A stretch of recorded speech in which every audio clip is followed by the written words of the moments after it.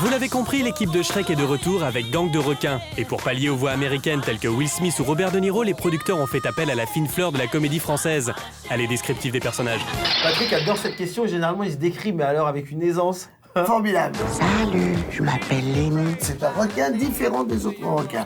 C'est un requin végétarien qui aime se déguiser en dauphin. C'est un requin différent qui nous amène à avoir un regard de tolérance sur les gens différents qui aiment s'habiller autrement. Oh, je t'ai fait peur, petit vermisseau. Je suis désolé.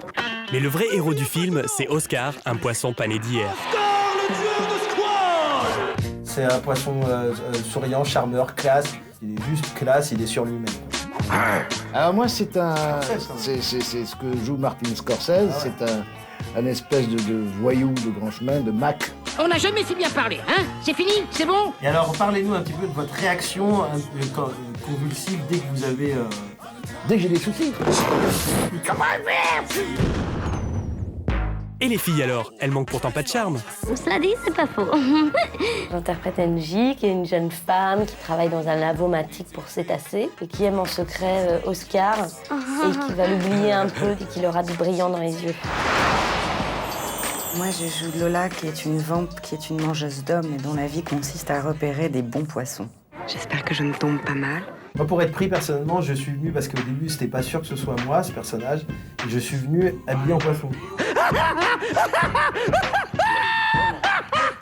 Et c'est dommage de ne pas l'avoir filmé, ça. En fait, quand on filme un acteur en train de doubler au micro, ça doit être super drôle. Parce qu'on se censure pas. Donc tout ce que le corps va inconsciemment dessiner, créer, ça va être intéressant. Et par contre, à filmer, un peu moins. Tu n'as rien! Que dalle! Bon, pour finir, il y a un message dans ce film. Il y a des beaux messages dedans. Des messages sous-jacents. Stop! Oscar time! Il y a des gens qui iront voir ça avec leurs enfants, et s'ils ont des enfants qui s'habillent en dauphin, eh ben ils les accepteront. Ils les accepteront.